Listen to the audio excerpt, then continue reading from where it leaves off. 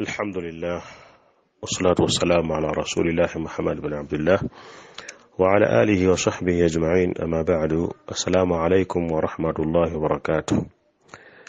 بلغانا متين دمالوج وانجب الله سبحانه وتعالى كما سوى ساسا كنين ويجيكم بكم محمد صلى الله عليه وسلم. بلغانا وانجب السلام مودي نجالك وجك زي سنة مسنة النبي صلى الله عليه وسلم. Sunne yo nga sinzibu yangu nga Imam Nawawi rahimahullahu yagamba nti sahalatu muyassaratu yaqdiru alaiha kullu ahadi bila mashaqqa. Nyangu buli omu agisobola ogikola nga talina na buzibu afunye mu kugikola nga temukaluubiriza. Sahalatu muyassaratu yaqdiru alaiha kullu ahadi bila mashaqqa. Buli omu asobola okubeera nga agikola nyangu nnyo, buli omu asobola okuba nga agikola nga talina na kyemukoseza adde okubeera nga mumenya. Wamu n'ekyo ajruha azim, empeera yayo nnene nnyo nga tugenda kulaba mu hadiisi. N'ekyo baganda ba sunna eno tugyekwateko inshallah taala, gye tugenda okulaba sunna gye tugenda okulaba ku mulamwa gutwatuuma sunna 10. Sunna beba kutuuseeko gikole kusinza ku busobozi Allah bwakuwadde, togayaala beera nga okola kubanga buli kyokola omanya nti empeera edda eri ggwe biri subhanahu wa ta'ala, era ggwe ogenda okuganyulwa muyo ng'omaze okubeera kuno obadde kuno ku nsi omaze ovuvaako n'osinkanya Allah subhanahu wa ta'ala. Gwe agenda okuganyulwa mu egyo emirimu gyonna gy'ozza okola gy'ozza oteekwa nagyo gy'ozza obeera nga ogumiikiriza ku gyo n'obeera nga ogituukiriza. Ate ekyokubiri ti togaana kutuusa ne ku mulala, tuusa ku mulala nkubadde ng'etuwulira nti ate kate sunna ate biki gwe genda mu maaso na sunna. Genda maaso na sunna, teeka sunna mu nkola, tuusa ku mulala sunna bisigadde ya Allah subhanahu wa ta'ala. Sunna igamba bweti salatu rak'ataini ba'da al-wudu'i, salatu rak'ataini ba'da al-wudu'i, okusala kabiri nga wuzu ojumalizo gifuna wanyolola wuzu maze okufuna wuzu sawa kumacha badde waddi wasawa munyawa wasawa 5 mukulu nti omaze okufuna wuzu umalizo okufuna wuzu n'obeera ng'osalayo era kabiri. Lwaki ozisala wakubanga ova kufuna wuzu. Salatu rak'ataini ba'da al-wudu'i, okusalayo era kabiri ng'omuntu amaliza okufuna wuzu oluvannyuma lwa wuzu. Hadithi gy'okusoma bita Uqbata ibn Amiri radiyallahu anhu. Uqbata ibn Amiri radiyallahu anhu yagamba kanat alayya ri'atul ibili, nali nina okulunda eŋŋamiya, balundanga eŋŋamiya. Fajaati nawbati, olwalo lwange ne lujja. Manyi tugamba nti baazirundiranga mu mpalo nga bakuŋŋaanya eŋŋamiya zaabwe nazo omuntu omu n'agenda n'azirunda.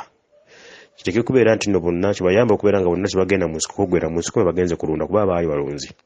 Kati bakuŋŋaanya eŋŋamiya zaabwe nga baziwa omuntu omu ng'agenda azirunda. Then olwalo lwe luggwa n'omulala alunda bwe batyo, abalala nga bagenda nga bakola ebisigadde, bagenda okunoonya irimu, bagenda okunoonya riziki n'endala mu mbeera bwe zityo. Kadaga nti kanta alayya ri'ayatul ibili, nalina okulunda eŋŋamiya. Fajaati nawbati, olwalo lwange ne lujja olw'okulunda nga nze nunda ku olwo. Farawahtuha bil ashiyi, ne nzikomyawo kawungeezi mu bifo byazo gye ziwummulira. Mwena mumanyi nti abalunzi abaali balunzi oba abaali balebe ku balunzi tibalunda budde buwungeera sawa ezo magaribi nga tentuuka bakomyawo ensolo zaabwe n'obeera nga baziwummuza gye zirina okubeera ziwummulira.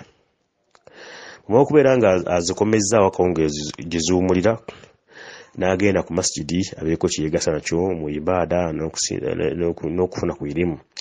Agafa adraktu rasulallahi sallallahu alaihi wasallama, nensisinkana omubaka wa Allah sallallahu alaihi wasallama qaiman ng'ayimiridde yuhaddithu nnaasa ng'asomesa abantu, abuulira bikwatagana eddiini yaabwe. Abantu basomesa basahaba radiyallahu anhum. Fadaraktu min qawlihi, agamba nensinkana mu bigambo bye yasinkanamu ekigambo ekigamba ma min muslimin, teri musiraamu yenna yatawadda'u afuna wuzu fayuhsinu wudu'ahu, n'abeera nga atereeza bulungi wuzu ye. Batugamba mu kunnyonnyola kitegeeza kubeera nga agijjuza bulungi, n'abeera nga amazzi agatuusa mu buli kifo kyonna ekiri sunna okubeera nga amazzi gatuukamu ng'omuntu afuna wuzu. Nabeera nga amazzi agatuusa mu kifo kyonna ekiri sunna amazzi okutuukamu ng'omuntu afuna wuzu. Yuhsinu wudu'ahu, nabeera nga ateeza bulungi wuzu ye. Thumma yaqumu, oluvannyuma n'ayimuka n'ayimirira. Fa yusalli rak'ataini, nabeera nga asala raka bbiri. Muqbilu alayhima biqalbihi wa wajhihi, raka ezo bbiri ng'azisala muqbilu alayhima biqalbihi, ng'omutima gwe guli ku raka ezo bbiri z'alowooza z'aliko. Wajhihi, n'ekyenyi kiri ku raka ezo bbiri kye ziriko, kinamu kukyukakyuka kudde n'okudda eri. Illa wajabat lahu aljannatu, okuggyako ng'omuntu bwe wakoze bw'atyo afunye wuzu n'agitereeza bulungi n'asala raka ezo bbiri ng'omutima gwe gwonna guli ku raka ezo bbiri n'ekyenyi kiri ku raka ezo bbiri, ejjana emukakatako. Wajabat lahu aljanna, ejjana emukakatako. Hadithi Muslimu mweri n'awalala.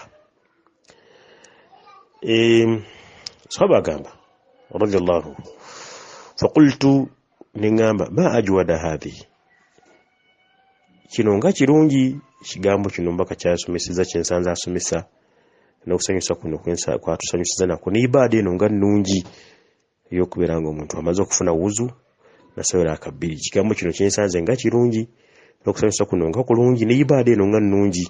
Jjukira Imam Nawawi, twagala Imam Nawawi rahimahullah yagamba nti ibaada eno sahlatun, nyangu nnyo, muyassara, yayanguyizibwa,